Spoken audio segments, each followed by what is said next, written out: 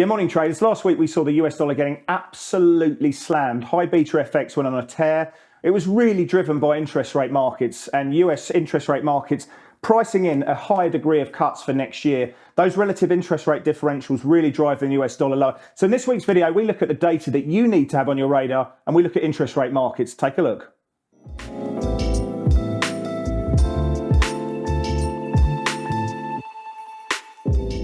Good morning traders and welcome to New Trading Week.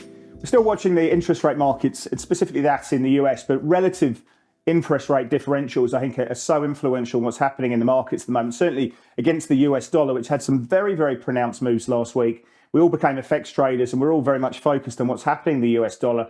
As we can see against the high beta currencies, you can see the US dollar was absolutely slammed last week, certainly against the NOK, against the Stocky, against the South African Rand.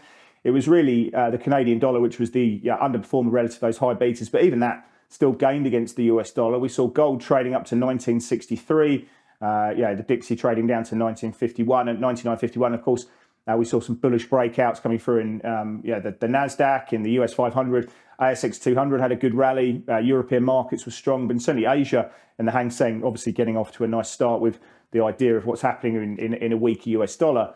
We saw some idiosyncratic issues with dollar yen trading down to 137.24, which was effectively the 50% retracement of the March-June rally we've been seeing there. A lot of focus on the JGB market, where we've seen 10-year JGBs pushing up to 48 basis points and right into the top end of the YCC band.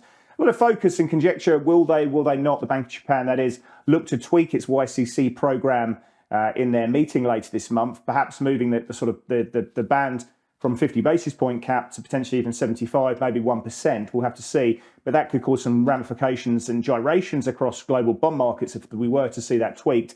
Certainly we're watching that. And of course, the PBOC pushing back on that yuan weakness with its fixing mechanism. And we've seen dollar CNH trade down to 7.15. And I think that weaker dollar there against the yuan has had ramifications. But I think really what we are watching very closely is this relative rate differentials. If we have a look at 5-year US real rates, whereas we're looking at the generic 5-year treasury and we're adjusting it for expected inflation over that period, we saw that trading from 225 down to 176. That's a 50 basis point retracement.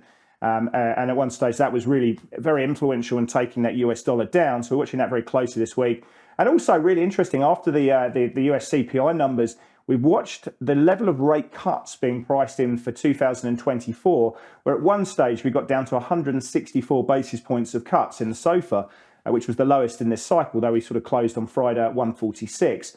And as more cuts are being priced in, we are seeing that having big correlations with gold, with the US dollar, with equity markets and so forth. Now, I don't think that's necessarily a reflection of a recession. It could be, but I think that's probably just the fact that the market's having higher conviction that the Fed are seeing inflation trade down to where they need it to go. And that could see them moving from a restrictive territory, perhaps more to a more sort of a normalization path and more sort of neutral rates going forward.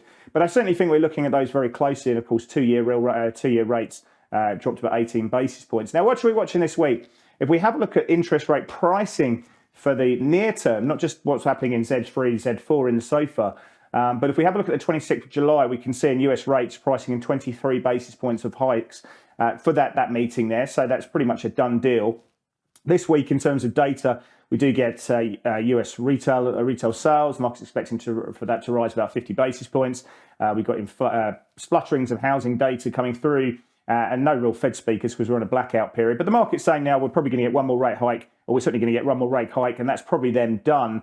We're going to go on an extended pause, or like Christopher Waller said, potentially we could see, we'll have to see what happens at the next payrolls number and also the next CPI number. But they look to keep rates high through to the rest of the year and then potentially look to ease from around March of next year. And that's something we're watching. If we look in Australia, we know we've got an employment data point on Thursday. The market's looking for 15,000 jobs. And you can see here what's happening. The unemployment rate expected to be at 3.6%. Obviously, next week, though, we've got the CPI print, and we're expecting both headline and core to be around 6.2%. So decent drop-offs there. But you can look into Aussie rates and see 12 basis points being priced in for the 1st of August. So we're sitting very much on the fence there, 50-50. You can see if we go through the curve there, we get it to about 36 basis points of tights for February of next year. So the market's saying we're going to get one more rate hike and potentially another later on, but obviously we're very much data dependent. In the UK, where you can see terminal pricing around 6.29, I think that's a bit lumpy myself. I think that's very optimistic in terms of there. But we are expecting a 50 basis point hike at the 3rd of August meeting. Well, of course, we've got our eyes firmly on UK CPI data this week. You can see the expectations from the market here. We are expecting headline to drop off a little bit there, but core to stay at 7.1%. But the last 4 CPI numbers have all been above expectations, but the market's already pricing in a rate hike playing through, as you can see, playing through there. But will they get to those numbers that we're pricing in further down terminal? I'd be very surprised if that was the case. In Europe, we get a CPI number coming through later this week.